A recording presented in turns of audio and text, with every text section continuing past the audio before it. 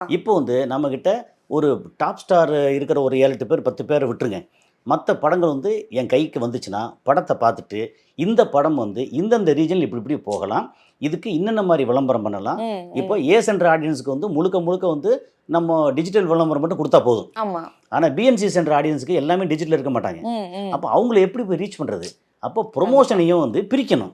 ம். ஏ centre audience மட்டும் தான் வருவாங்கன்னா, அதுக்கு மட்டும். ஏன்னா ஏ சென்டர் ஆடியன்ஸ் வந்து ரெகுலரா வந்து இங்க போஸ்டர் பார்த்து, இத பார்த்து, தினத்தந்தி பேப்பர பார்த்து வர்றதில்ல. ஆமா. அப்போ யாருக்கு என்ன வேணுங்கிறத விஷயத்த கரெக்ட்டா நம்ம வந்து பிரிச்சு பிரிச்சு பண்ணணும். கண்டிப்பா. அப்ப என்ன செலவு? படம் பண்றது என்ன எவ்வளோ முக்கியமோ, அதை விட 10% Promotion. அதிகமா ப்ரொமோஷன் அண்ட் ரிலீஸ் முக்கியம். அப்புறம் படம் பண்றதுக்கு எவ்வளோ முக்கியத்துவம் கொடுக்கும், எவ்வளோ செலவு பண்றோமோ, ப்ரொமோஷனுக்கும் செலவு பண்ணணும். இப்போ ப்ரொமோஷனுக்கு வந்து எந்த ஒரு படமா இருக்கட்டும், ரூ. 50,00,000லேருந்து ரூ. 1,00,00,000 வரைக்கும் பண்ணா, இது வந்து சின்ன பட்ஜெட், மீடியம் பட்ஜெட் படங்களுக்கு இவ்வளோ செலவு ஆகும். ம், ம். இது ப்ரொமோஷன் அண்ட் ரிலீஸ் மட்டும். ஓகே. ஓகே. நம்ம கையில வந்து படத்தை வந்து ரூ. 2,00,00,000 பண்ணிட்டு, ரூ. 10,00,000 கையில இருக்கு அப்படின்னா, ம். அது என்ன நம்ம வந்து கல்யாண வீடியோ எடுத்த மாதிரி ஆயிடும்.